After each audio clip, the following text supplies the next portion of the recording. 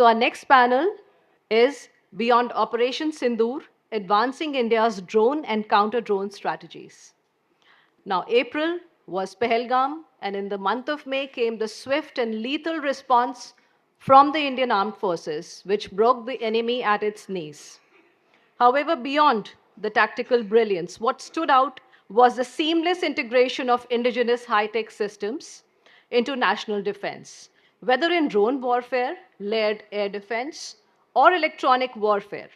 To discuss the future of war, I invite the distinguished panel of Beyond Operation Sindoor, Advancing India's Drone and Counter Drone Strategies.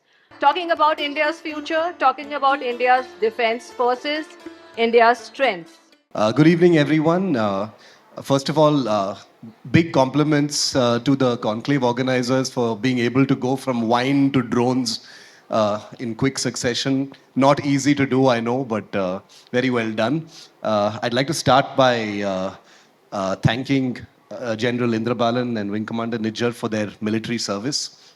It's always important to thank our military personnel and soldiers, but I would also like to thank Mr. Pattabhiram and Mr. Satpathy for their service, because in this talk you will know that they've been part of one of the most historic operations that we've seen in our lifetime, Operation Sindoor, which is also the topic of today's discussion. And I'm so glad that I am moderating this session because I don't know how many of you may have been watching, but I was in Kashmir for 36 days covering Operation Sindoor, and I saw the incredible work that some of these companies actually did firsthand.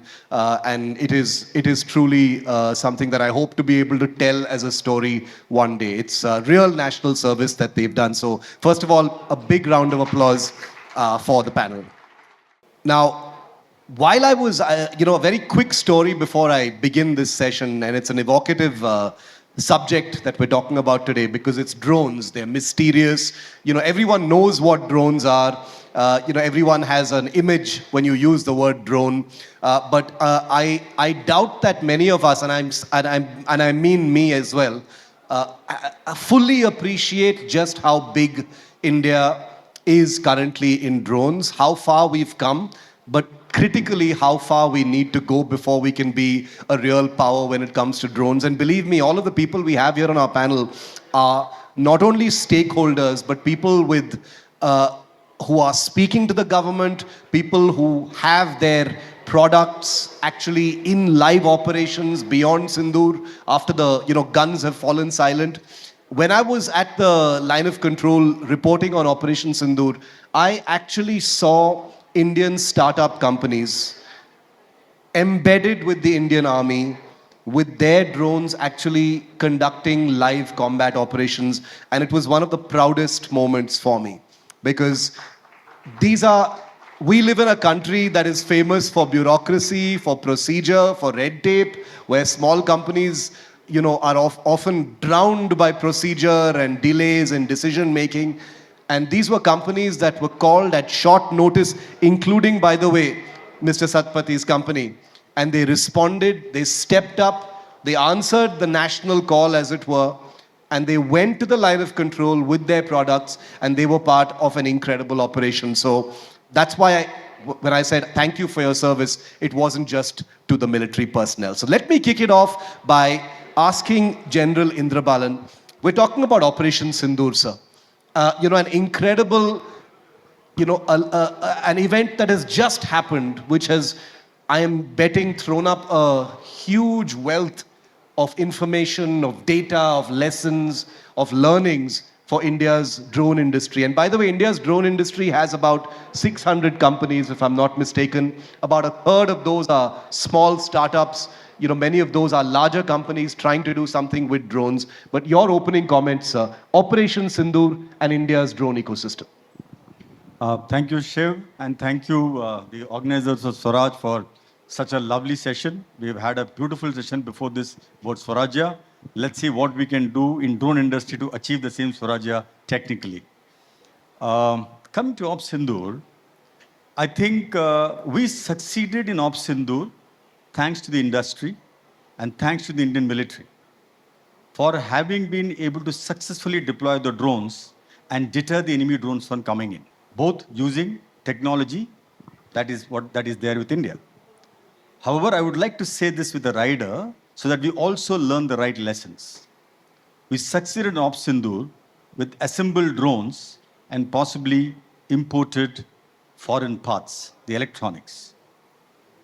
So it's to the credit of the Indian Army that despite their inability to get indigenous technology, they perform so well. And it's to the credit of the Indian industry that despite the fact that Indian drone ecosystem has not pushed indigenization, they managed to provide the Indian Army with whatever best they could. Having said that, I think it's time we learn the right lessons and make sure that Sindhu 2.0, if that happens, we fight Sindhu 2.0 with indigenous drone technology. Whenever people mention drones, you instantly think of China because they are one of the big superpowers when it comes to drone tech. I will ask that question. Where are we compared to China? How far are we from technological sovereignty when it comes to drones? Because believe me, India is doing incredible native work as far as drone tech is concerned and not simply reinventing the wheel. We're doing real work, and much of that has to do with software and coding and electronics and things like that. And Mr. Pattabhiraman will talk to us a little bit about that. Mr. Pattabhiraman, your learnings from Operation Sindoor, what did the operation really tell you about how ready, how mature India's drone base really is? What were your big takeaways from the operation, sir? Good afternoon, everybody. Thanks a lot to Sarayu Foundation for inviting me here. Well, to answer your question, now I will start with take a little bit from what General just said, that we did best with what we had. Now, it's not the best we had, but we did best with what we had. And the reason for that is because we were largely dependent on assembly of imported products. And that's where we have a problem. Because from a geopolitical perspective, if you see from the drone defense supply chain, it has shifted from being US, Israel, and Russia, which was normally the defense supply chain. The drone supply chain today is shifted to China, Iran, and Turkey, and they are the dominant players, including Russia is getting Iranian drones as we know it. Shahed 131s and others are being used by Russia quite extensively. So out of these, from a geopolitical perspective, if you look at it, Turkey and China both don't add up with India. And Russia is dependent on Iran, and Iran's support is also, not, you can't take it for granted. So in a way, India needs to and has to develop its own drone ecosystem in terms of from the sovereignty perspective and from the self-reliance perspective. But the self-reliance perspective, I think, is different, and we will need to build it up all the way, starting from designs, from materials, and build it up to components, and from there take it on further into the drones realm. In my second round of questions, I will ask what an Indian drone actually looks like in terms of how much of it is actually Indian, how much of it comes from China. Is that really acceptable at a time when there are rules about Indian weapons having no Chinese components? Is that feasible? I'll get into that in just a moment. But Mr. Satpathy's company, Bonvi Aero, is one of a handful of companies that was called upon to step up and actually be part of Operation Sindoor. Now, I'm not saying anything classified. This is in the public domain, okay? But Mr. Satpathy, what can you share with us about your experience? Yours is, a company that has been a startup, that has done pioneering work in Indian drone tech. You were also called upon to be part of, not a test, let's face it, a live combat operation that almost became a full-scale war, and your drones actually participated in it. Tell us what that was like. How quickly were you able to react, and what were your learnings from Operation Sindoor? Thanks, Chief. Thanks to the whole organizing team. And this is a very exciting opportunity to me to share on the stage about, what, how we really took part in this kind of a critical operation when time is of essence and you need to take your drone and be there. So accidentally, my team was mm, stationed in Leh and they were just returning from high altitude certain tests. We we took all. So we are operating out of Bhubaneswar, Odisha, which is around 1800 kilometer from the location where we had to reach, and we had quickly like mobilized with all our like own vehicle. That point of time, everything that you look at is what is there in your inventory, what can you go ahead with. Also, we have certain in-service product, and these are very tailored. These are made to be operated in the high altitude. You must know that high altitude areas require different level of component level engineering, and we had quickly got a couple of whatever was there with us in the inventory, and after reaching there, the amount of support that we had got from the Indian Army is incredible. We my people have spent uh, I would say, like in most adverse, in most very difficult condition, have worked, but with we feel like with a lot of inner fulfillment and being very proud, being Indian. We have delivered our best over there, and again, won't get into the classified like informations, but definitely Indian drones have demonstrated its real capabilities, and it's the such operation have actually also made our like industry, the whole industry. From that point of view, I would say that we becoming more and more ready to really respond to such situations. Thank you. Wing Commander Nijjar, what is the feedback that you've got from the military, the actual war fighters, the actual military planners? What have they said about the experience of using Indian drones for the first time? For the first time in combat during Operation Sindoor. What is the feedback that you've been getting?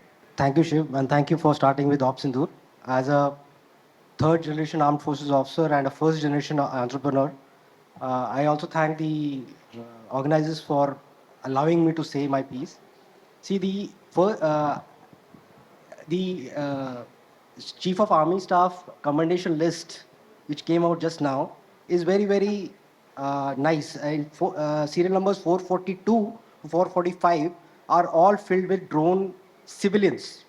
Civilians have been commended for the first time.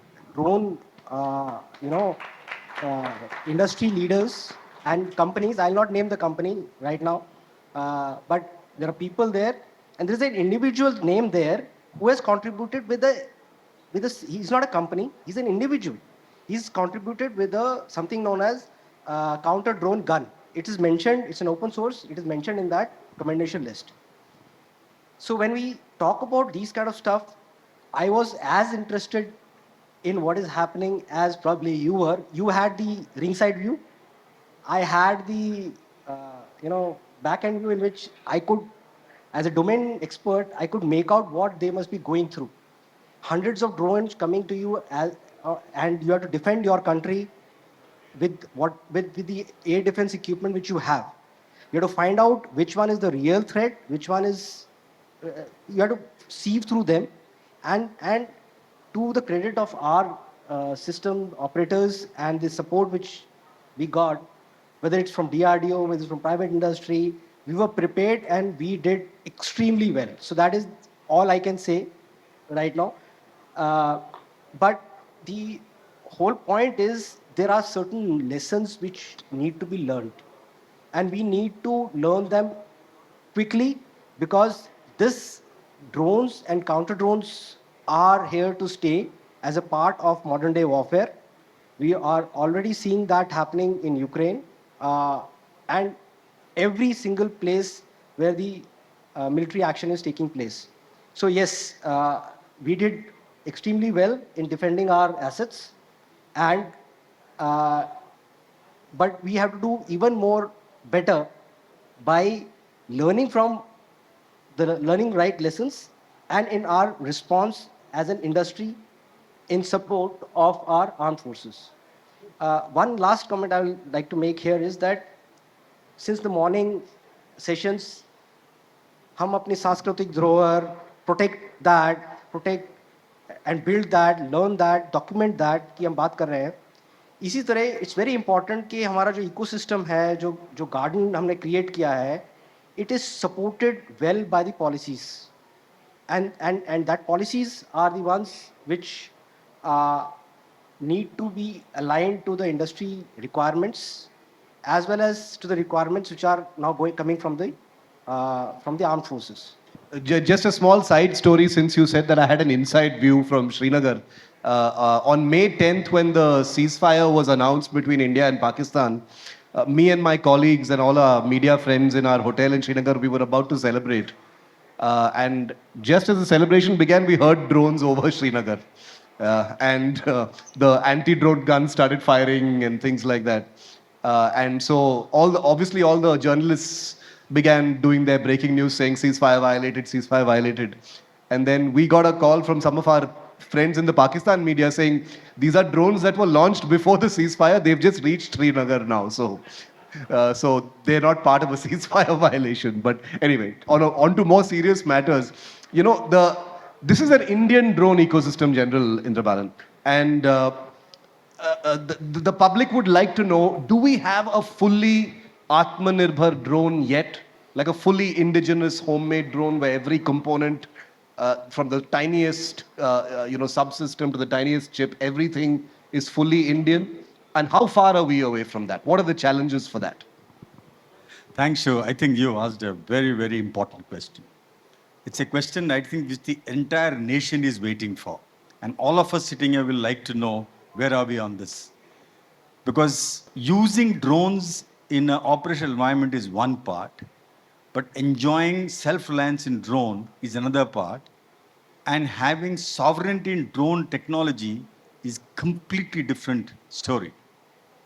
To answer your question, I think we are at least 3 generations away from having India's own indigenous drone. It's a sad truth. But we have to make the difference. Why?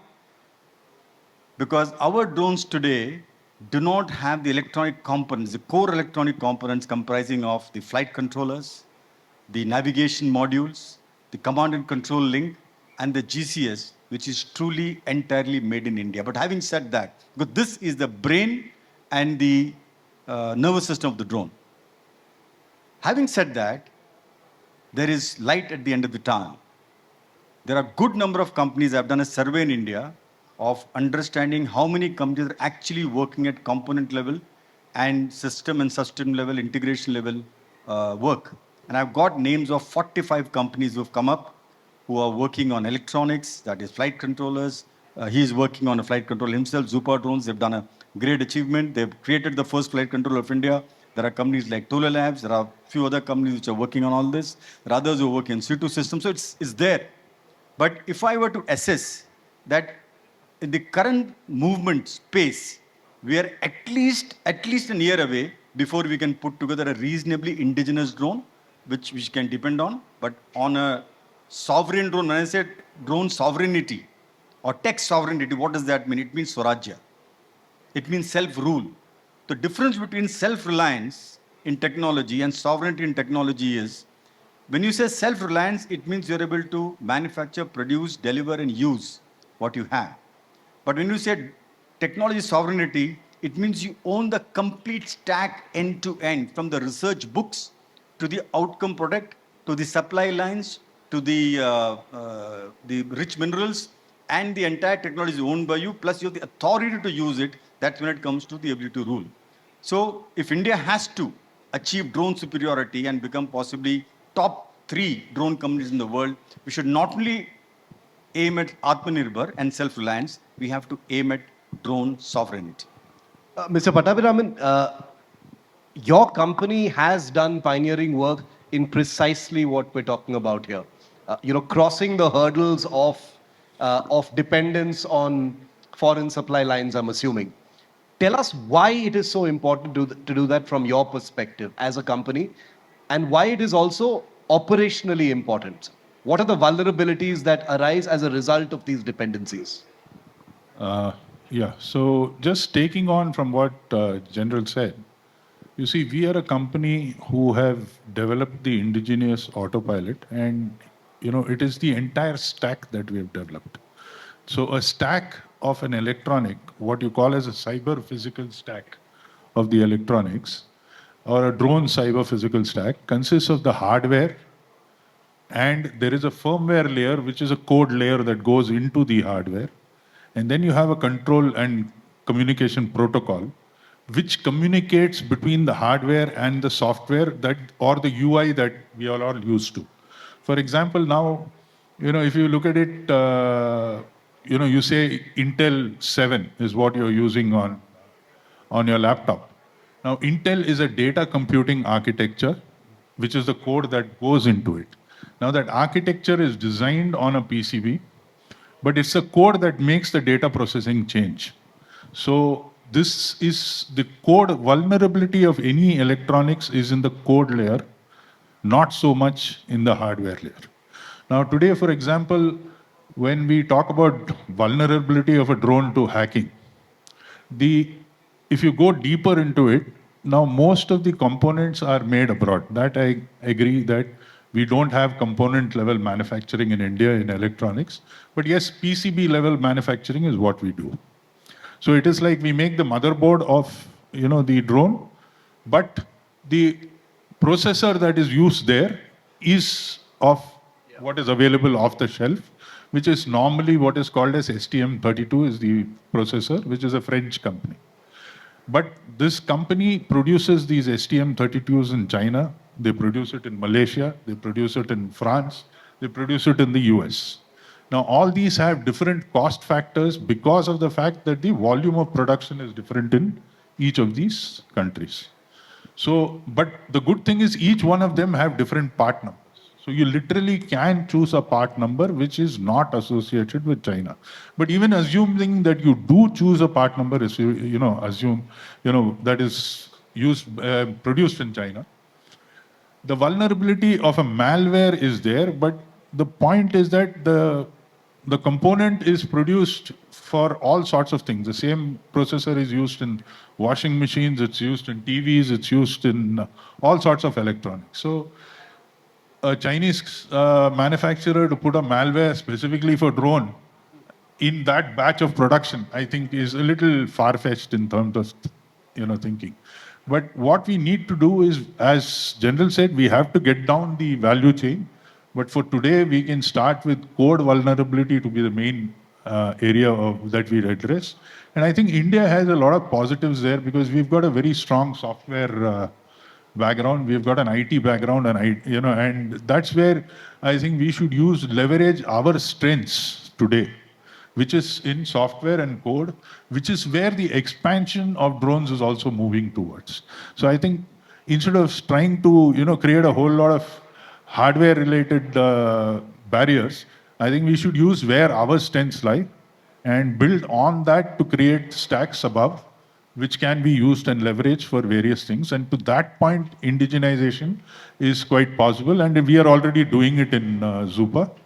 And as far as the other things are concerned, now we are seeing after this requirement of China, non-Chinese has come up, we've suddenly seen at least 5 or 6 motor manufacturers who've come up. They've come up from other areas like, producing for white goods or for automobiles or other areas where they've been producing motors. They've started looking at producing motors for drones. Similar goes for speed controllers, frames, propellers, all these kind of things. The momentum has picked up after this indigenization requirement has come. And after Operation Sindoor, I can definitely say that the momentum has picked up at least about 6x times because people are seeing potential in investing in it today. As long as we were assembling foreign drones, no industry saw the potential No investor saw the potential of putting money into the drone industry.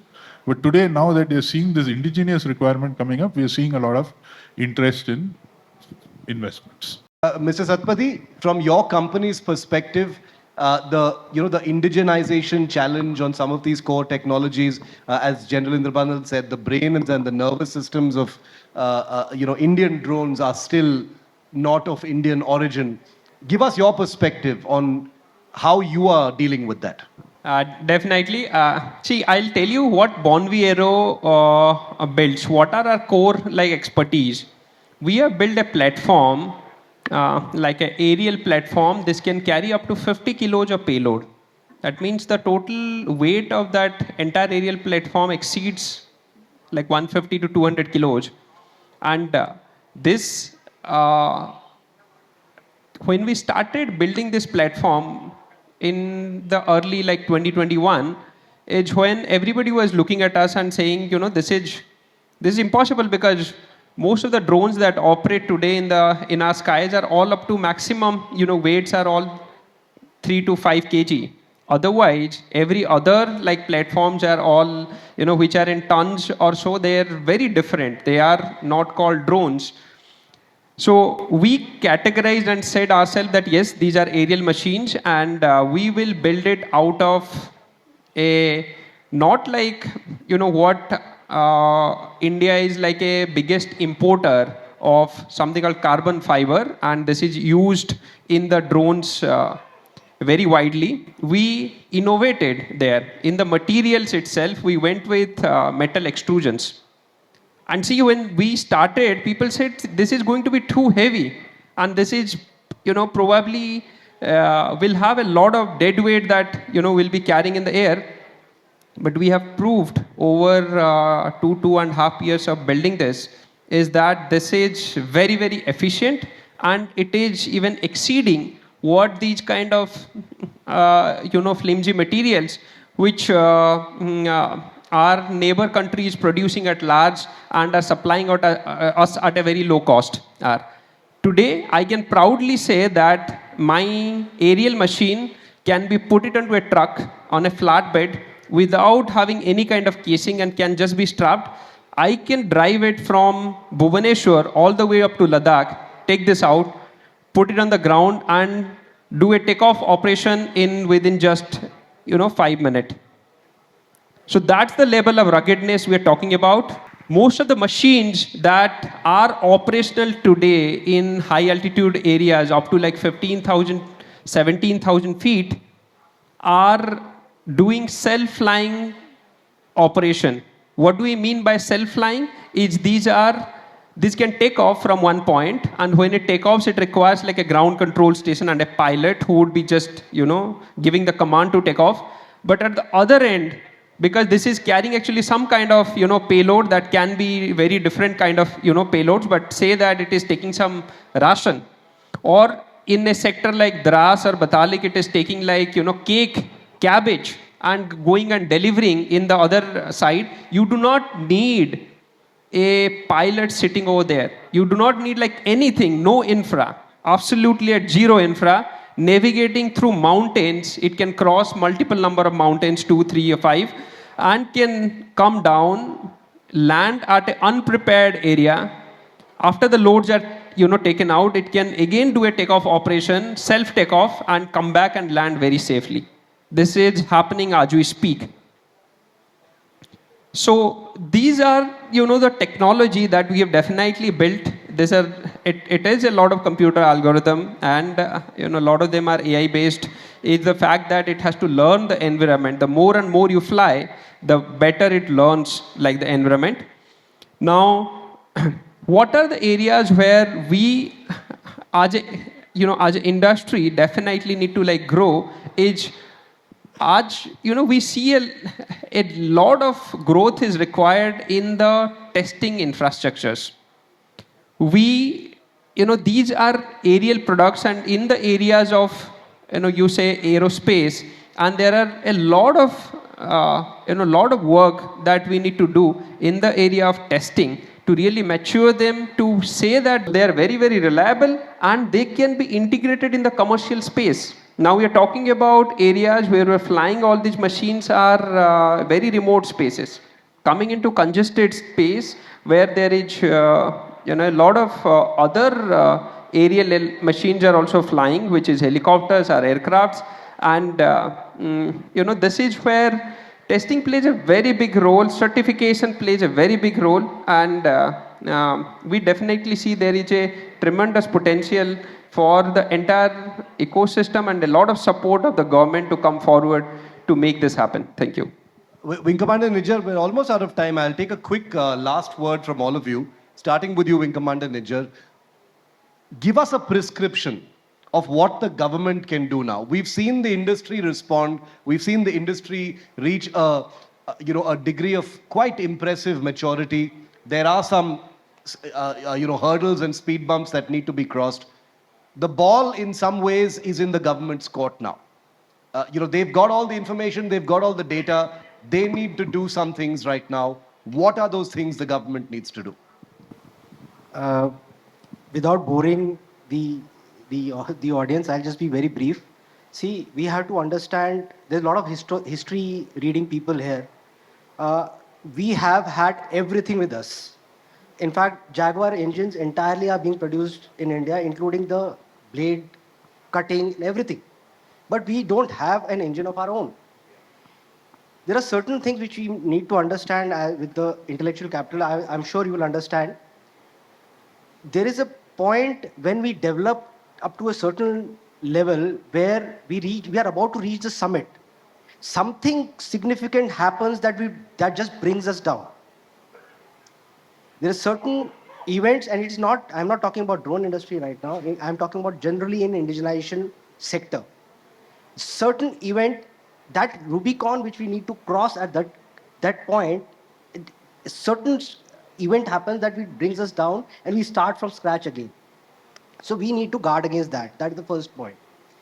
The defense which we have created about around our ecosystem in form of policies, we have inbuilt backdoors ourselves.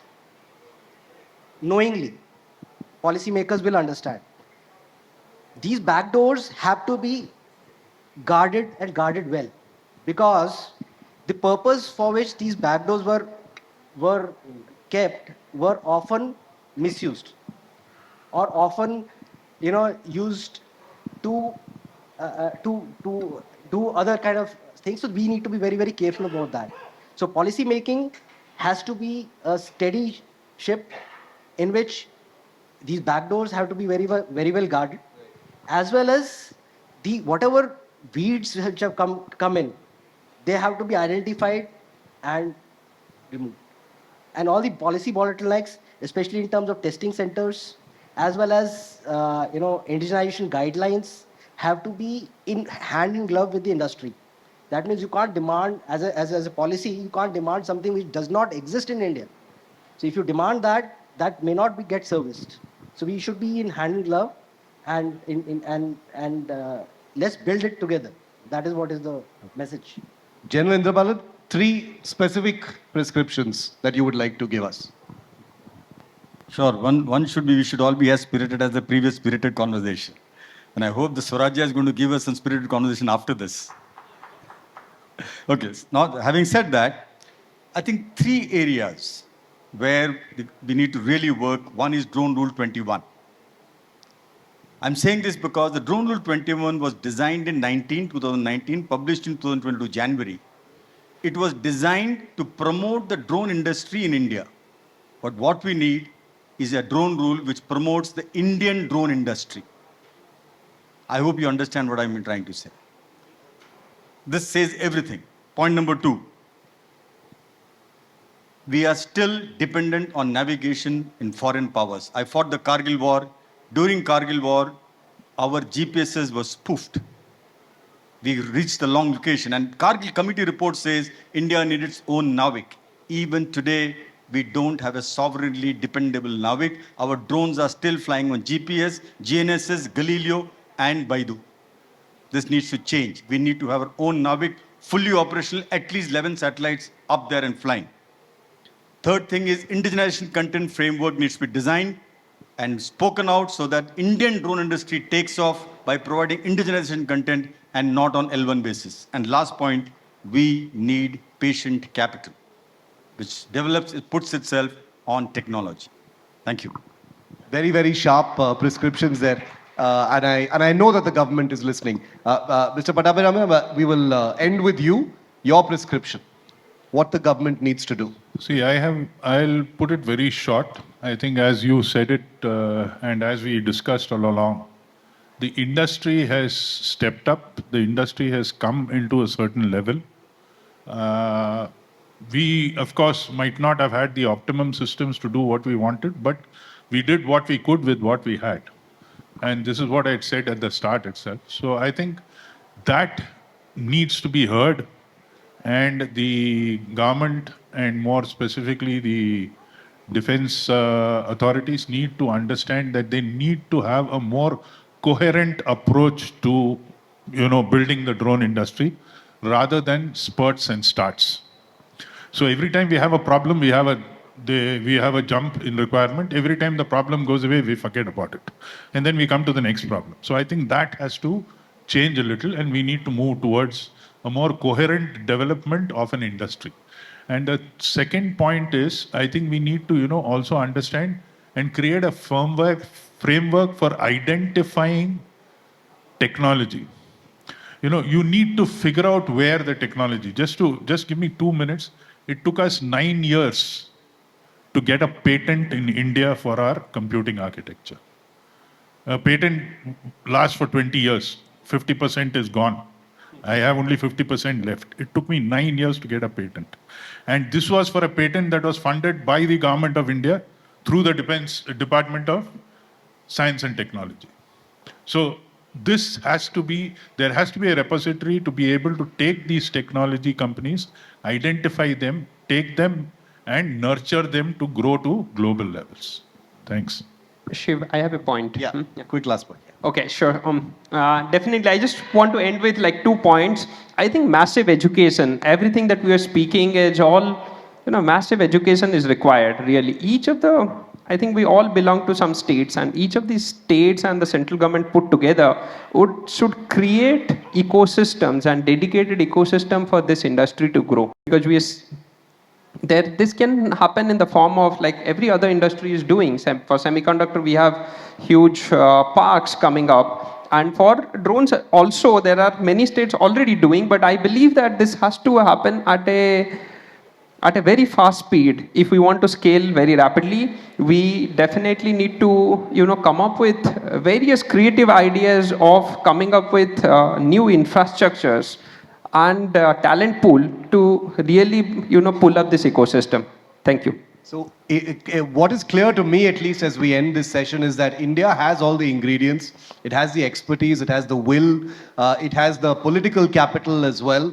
It has the industrial base, it has the know-how, it has the science, and it has the commitment to it. So what it really needs maybe is to put all of these together, as they call it, a whole of the nation approach is what may be required for India's drone industry. Thank you very much, gentlemen, for being part of this amazing session. Thank you.